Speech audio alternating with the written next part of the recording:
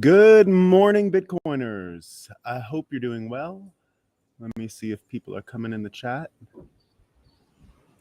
There we go. Well, I just got a very bad call literally a minute before I got on. I think my father has passed away. They're doing some CPR on him right now. Thank you, Richard. Greetings. So I don't think we're going to do a full one. I expect my mother to be calling back in a few minutes. He's had some troubles lately. But we're prepared for this. We knew it was coming. All right, let me jump into it and I'll give you... Yeah, it's okay, Christine. We've known this was coming for a long time. Yeah, thanks, Zappa. Yeah, I mean, I was just telling my wife last night that I wasn't even sure he'd make it to when we got back. Thanks, Blaine. You are excused. Thanks. It's okay, John. I'm not here to bring you down, guys. It's part of life, right? Go handle your business. Yeah. We'll do a bit of the show and then we'll go back home. If my mom calls, I might have to cancel it quickly. But again, I've mentally prepared for this. You know, doctors don't tell you the truth, right? So I've always been my own doctor. Yeah, thanks, Edwin. All right, let's just do a quick Moscow time because they're pretty funny today. And I'll give you the gist of stuff and then I'll head back and see my parents. So, well, let's just acknowledge, you know, in honor of my beautiful father who probably left us this morning. We got a sunrise, guys, and Bitcoin's running. Okay, so things could be worse. So let's jump into some Moscow time, right? This one's pretty good, right? No late night emails, according to the San Francisco Standard. Late night messages from work are never fun, but a new law proposed by Assemblymember Matt Haney would make off-the-clock emails illegal. That's too bad, huh? Zelensky, speaking of death, Zelensky has signed a law lowering the draft age to 25. 25 years old. That ain't going to work out. What about over in space, right? Space, it looks like the EU is a little upset. Space is the new Wild West, and the EU is dying to step in and regulate. Of course they are. Here's the Washington Post up to their usual tricks. What did they say? Tesla's weak. So yesterday they had some sale earnings calls, end of Q1, right? End of Q1. Tesla's weak sales can't come amid waning demand for electric vehicles and consumer wariness over Elon Musk's reputation. Right. Okay. And of course, you know, he's back from vacation, right? Phil Bump must have had a few days off, right? He must have had a few days off. So he's got a few new stories out today. He's got 3 stories. They're all perfect. Listen to them. Analysis by Phil Bump. The former president's team and allies assure his base that the federal government won't use balanced scales. Trump aims to be a fearless warrior for white advantage. Okay. Analysis by Phil Bump. Donald Trump and has and continues to benefit. Listen to this, guys. According to Phil Bump, Donald Trump has and continues to benefit enormously from his campaign and the legal travails. It's a good thing. They're trying to steal his property, come up with a bond. It's just the best news for him. He loves it. It's so good. Here's the other headline from Phil Bump on the same question. The threat is very real. Trump's defense of his attacks is rejected. Donald Trump has and continues to benefit enormously. And the last one, this is a special edition from Phil Bump, right? This is a new field Phil Bump is moving into. Are you ready for it? Analysis by Phil Bump. Misinformation spouting RFK Jr. muses that Biden is a threat to democracy. It's a reminder that Kennedy doesn't need to be on the ballot to hurt the incumbent president, Bump writes. Phil, you're great. All right, now we're going to go into an oldie but a goodie here just to set up a bit of our theme this morning. And this one's from 2021, right? This is Newsweek magazine. Are you unvaccinated? It's time to make an end of life plan. Every morning I admire your office. Thanks a lot, my man. I appreciate it. So indeed, yesterday we had Dr. Michael Nels on the Tucker Carlson show, and he was talking about what the vaccine was really about. This is something that RFK put in his book, one of the reasons for which he's running for president. And Tucker and him were talking about the vax distribution plan. So Tucker asked him, why, after mRNA vax was shown not to stop transmission, did governments continue to push it on their populations? It wasn't about health and it wasn't about money, said Dr. Michael Nels. It was about conquering the human mind. And it's even worse than that. Undermining the ability to think, he continued. So if you shut down this production of new nerve cells and force the hippocampus to memorize all these different stories, these fear-mongering narratives, then these narratives will enter the brain. They will be memorized in the hippocampus, but for a cost. They will override pre-existing memories. So what happens, said Nels, is you override with the narratives, with the fear narratives, with the technocratic narratives. You override your pre-existing memories, your individuality, or your personality, and change it. So that's, by the way, something that Bitcoin also achieves. It's why I put those prompt engineering techniques in my book, The Bitcoiner's Guide to the US 2024 Elections, because this is true, right? There are things that can actually cause you to reformat your entire worldview. And it can be done deliberately. You can be hypnotized into changing your wants, right? You can't make someone want something that they don't want, but you can actually make them want new things. That's possible, right? So that's what we've been learning through this whole system that's been used. And it's why we're now in this world where credentialist credibility is pretty much done, right? Because we've all seen the trick. Like I mentioned with my dad earlier, like I was kind of mentally prepared for what was coming.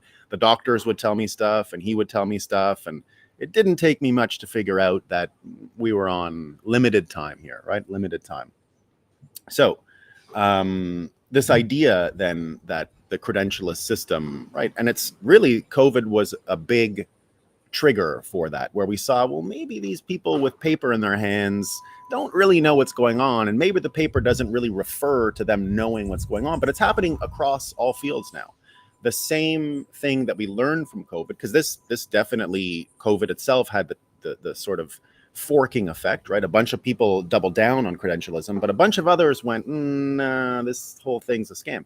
And now it's starting to spread to other fields beyond medicine, right? We're seeing it all over Wall Street, for example. Wall Street is becoming, that's why the meme stocks are so fun, right? We're starting to be able to laugh at the expert stock pickers, right? The expert stock pickers. So yesterday we had the MSNBC panel on Trump's meme stocks, right? They're calling now his Truth Social thing a meme stock, right? A meme stock.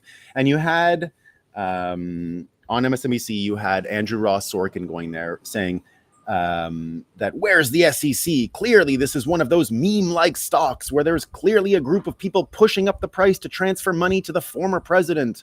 Many people are trying to push up the price in an almost pyramid-like way to get money to the president and effectively influence the outcome of the election. Did I tell you that they were going to try and create problems about the money, right? The money thing, right?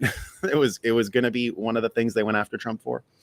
So here we are, right, watching Wall Street do this. At the same time, you've got Pomp yesterday writing a whole article, a whole rebuttal on X to a Wall Street Journal article. Now, first of all, who do you think got more coverage, right? The Wall Street Journal and their stupid piece. And it was, Bitcoin is soaring this year. Goldman's crypto skeptic isn't biting. And then the Wall Street Journal does this whole article. Well, Pomp, with a much larger audience than the Goldman crypto skeptic or the Wall Street Journal, comes out. And, Pomp's an interesting guy. I remember when he just started. And I could see what he was doing when I was at CoinDesk. And I said, man, this guy's serving our entire audience alone. He's one of the reasons why I said this media company thing is done. If Pomp can do it alone, well, I should be doing it alone too, right? And I remember meeting Pomp when he was just getting started. And, right away you could tell he's a very smart guy. Do you know what Pomp did before all of this, by the way, guys? I don't know if you realize. He was in the Iraq war setting up the mesh node network for the internet that the soldiers used in the Second Iraq War. So he had a very deep understanding of decentralized mesh networks at the time already. That's what he was. He was a technician that set up this network. So when he saw Bitcoin, he took his knowledge that he had and was able to perceive right away. So he's a very interesting guy, right? And so there you go, right? It's a pretty interesting take. So he writes this long article, basically just breaks it all down and says this guy's an idiot. The Goldman guy, right? Doesn't even know what's going on. He can't even tell the difference between Bitcoin and crypto. He's a real idiot, right? So you get that, and then you get these stories as well where the SEC and this Credentialist top-down system in Wall Street, now laughing at the meme stocks. That's gonna kill Bitcoin, right? Bitcoin's just been through 3AC, the GBDC thing, SBF, and all that, and it's meme coins that are gonna get us now. Meme coins, right? So at the same time, you have them calling for the SEC and trying to attach Trump to the meme coin phenomena. Oh, by the way, remember when I told you that TDS would drive people towards CBDCs? You're seeing the early steps of it, right? Now Trump is being associated with meme coins. It's going to continue on this line, right? You're going to see libtards embracing CBDCs because Trump is going to start speaking against them more and more, right? But not only that, you had Bill Ackman yesterday. So just to go full coverage on what's happening over on Wall Street and what a joke the top-down Credentialist order is over there. Bill Ackman here talking about the Disney proxy battle going on with Nelson Peltz, something I've covered here very regularly. Right. So yesterday, the Wall Street Journal, of course, leaks a story saying Disney's going to win the proxy vote. So they're all voting for who's on the board. Nelson Peltz says he wants to go on the board because he's sick of political agendas being put into Disney movies and the political activism that comes with it. So here's Bill Ackman talking about this article. He says, there have been few recent articles in the press about Disney winning its proxy contest with Nelson Peltz based on early election returns that have been leaked to the media. We don't have an investment in Disney, but I thought it useful to point out that the inappropriateness of these leaks to the press. Only the company and its advisors have access to how shareholders have voted before the day of the annual meeting. My understanding is that it is illegal to release the outcome of the vote prior to it being finalized, as it had the effect of manipulating the outcome. Here, the company and or its advisors have leaked the Disney winning its contest. It is really inappropriate that they have done so. And how does one know that it is Disney and or its advisors that are the source of the leak? If Peltz were winning, there would be no leaks to the press. The reason why the progress of an election for directors must be kept confidential until the results are final is that leaking the results can affect the ultimate outcome. Institutional shareholders worry about offending management by voting with an activist. They are concerned that if management learns that they have voted against the incumbent directors, they may lose access to management going forward. In other words, Bob Iger is less likely to come visit and or take a call with a shareholder if the shareholder voted with the dissident. This is clearly a close election. Institutions don't want to risk voting against the incumbent board if it is clear that the activists will lose. They want to be on the winning side of the election. Yeah, you don't have to trust Trump. Yeah, no, guys, he's got tons of mistakes. I'm just talking about market coverage. That's it. It's not about trust, right? I'm talking about effectiveness. People because they fucked around and found out. Yeah.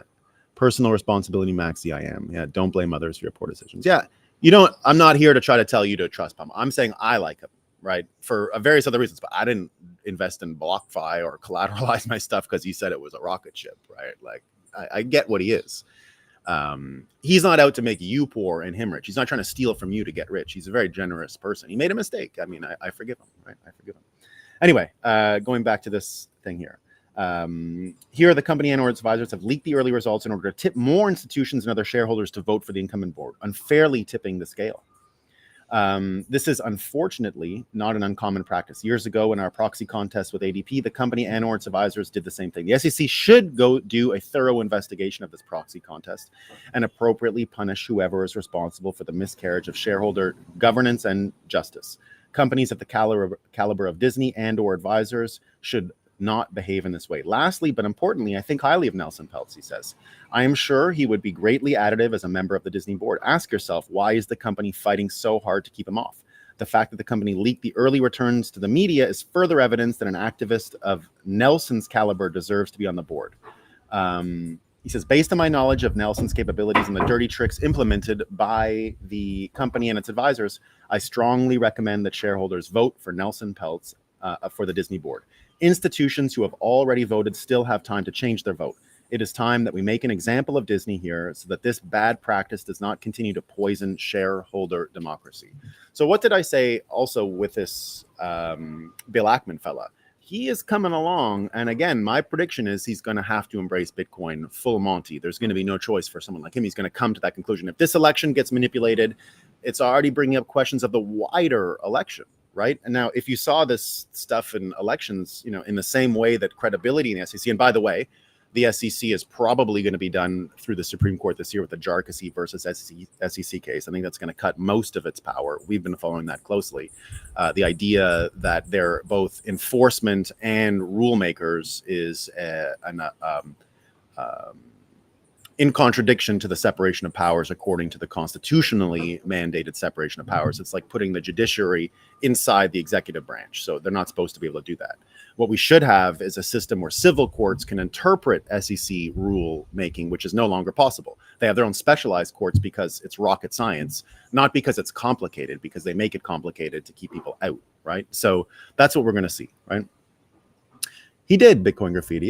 No. Look, he has to pay for whatever consequence in the future of that action, Pomp. You know what I mean? His credibility with many people will never go away. And I think you're totally right in taking that approach with him. And I think anything he sells in the future, people will always have, they'll always have sort of, he'll have a taint, let's say, right? So I don't think he deserves to be taintless or anything like that. All I'm saying is I think he's an interesting guy with very interesting talents, and I follow him, and his article yesterday on X was great. He's good at what he does, and he's more of a media guy, I'd say, than you shouldn't take investment advice from media people, right? No matter where they come from. I'm not here to give you investment advice other than buy Bitcoin, right? And I warn you all the time when I give investment advice, I say, don't take investment advice from a guy who does a morning podcast and writes science fiction books and books on how to brainwash NPCs, right? It's not, and a guy who's in, I was ahead of the curve on Bitcoin media, but that still doesn't mean that I should be your stock picker, right? I don't believe in stock picking as a job, first of all. So, there you go. So I wouldn't take investment advice from Pomp. I would take systems or lifestyle advice from him. I think he's pretty good at that stuff, right? How he creates the content, how he runs the businesses. I respect all of that. So it's two different sides of the coin in a way, right? So, but again, go back to this election stuff that we just mentioned and institutional credibility, right? That's an SEC directorship election, right? Just think of what's happening as people understand this manipulated election. Think about the scale of this stuff when we start thinking about what's going on in the American election. We had yesterday a campaign finance mule investigative reporter, Peter Berniger, arrested yesterday in the Wisconsin primary because he's been reporting on election irregularities. Is he right or not? I don't know. He's a journalist. Why is he getting arrested, right? That's the question people should ask. It gets worse, right? We had the lawyer, John Eastman, was disbarred yesterday. He was disbarred because they can mind read him. Apparently the court can mind read him. They knew he was lying about protesting the 2020 election. So this is a mind reading court. So of course it's bullshit, right? Of course. Now you have Mike Benz who's writing this, and I think this is a good strategy. I think the blue states should start retaliating with lawfare and start disbarring all kinds of lawyers from 2016 who doubted the elections then, right, in their jurisdiction. So he says here, every single DNC lawyer associated with the Transition Integrity Project in 2020 should be now swiftly barred and be swiftly and immediately disbarred from every red and purple state in the nation. There has to be an eye for an eye for this insane injustice. No lawyers, no chance, people. And indeed, right, if we had credible elections, Cernovich says here, a lot of people you wouldn't expect are more openly talking favorably about Trump. And a functioning system with same-day voting with hand-marked paper ballots, I'd bet any amount Trump wins. As it is now, a nail-biter, he says. And indeed, that looks like what's happening, right? I don't know if Trump's going to win because there's no credibility in elections, which is why I wrote the entire Bitcoiner's Guide to the 2024 election, U.S. 2024 elections, simply because this is the most important thing Bitcoiners can do, right? If we want to trigger hyper-Bitcoinization in America, our best approach is to trigger Americans on their understanding of election credibility versus convenience, the very thing we understand intimately because of the contrast between Bitcoin and crypto. Most Bitcoiners get this like the back of their hand. This is the easiest thing for Bitcoiners to tell people and explain to people. So, and show people, right? And so that's why we wrote the book, because this really is our mission, right? I think if we do this right, we're going to have nothing but hilarity in the future. So between what's going on at the SEC and what's going on with the elections, right? It's more than just elections, though. What we saw yesterday in Scotland, I think, is a perfect example of the credibility of the credentialists being cratered to the extent that it is, right? Of course, they had to back off the J.K. Rowling threats, which I told you would happen yesterday. I said yesterday, there's no way that little tiny Scotland is going to be able to bully J.K. Rowling with her army of global fans. And indeed, that's exactly what happened, right?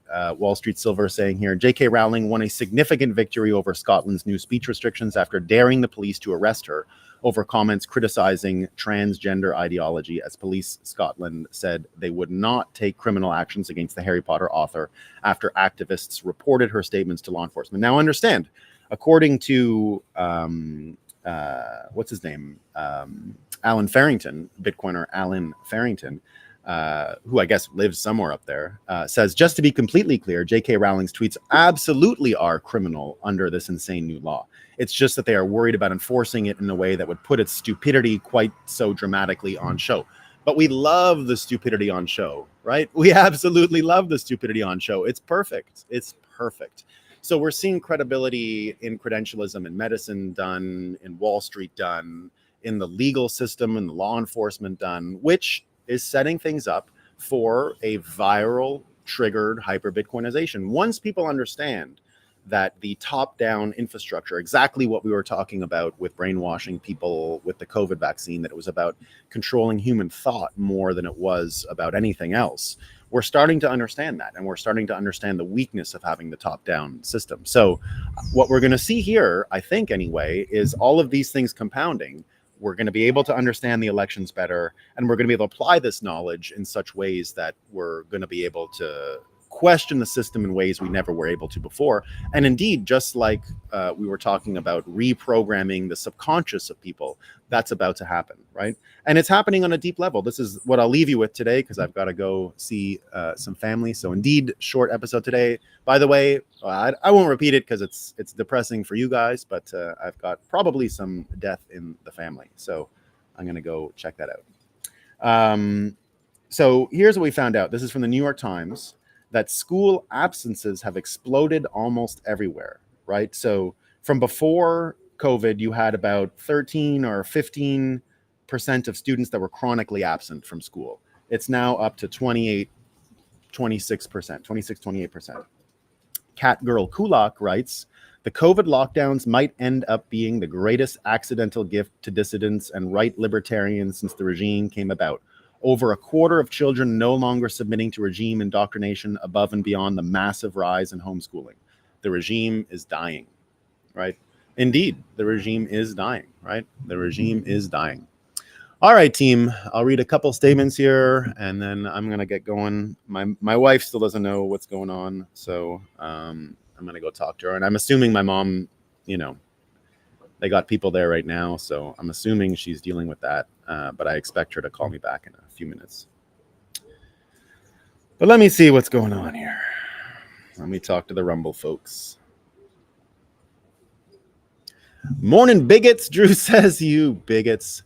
Stacking the dip, baby, indeed. Looks like you're not the only one. C. Berger says, so sorry. Hang in there, bro. Yeah, I'll be fine, guys. Phil Bump can suck it. Congratulations on the 500th episode. Thank you. Morning, plebs. Morning, Vito. Great day, all. Thank you, Nolan. Thanks, Morand. And finally, UTXO. You got it all wrong. Mass work. The vaccines are 100% safe and effective. The election wasn't rigged, and the alien invasion that's about to happen is going to be real. Thanks for all the condolences, everyone. As I said, we love our father. I love my dad. I've understood the nature of mortality for a long time, so I'm pretty well prepared for this. I'll probably have some logistics things to deal with in the next few days. But I'll let you all know what's going on. All right. Thanks, everyone.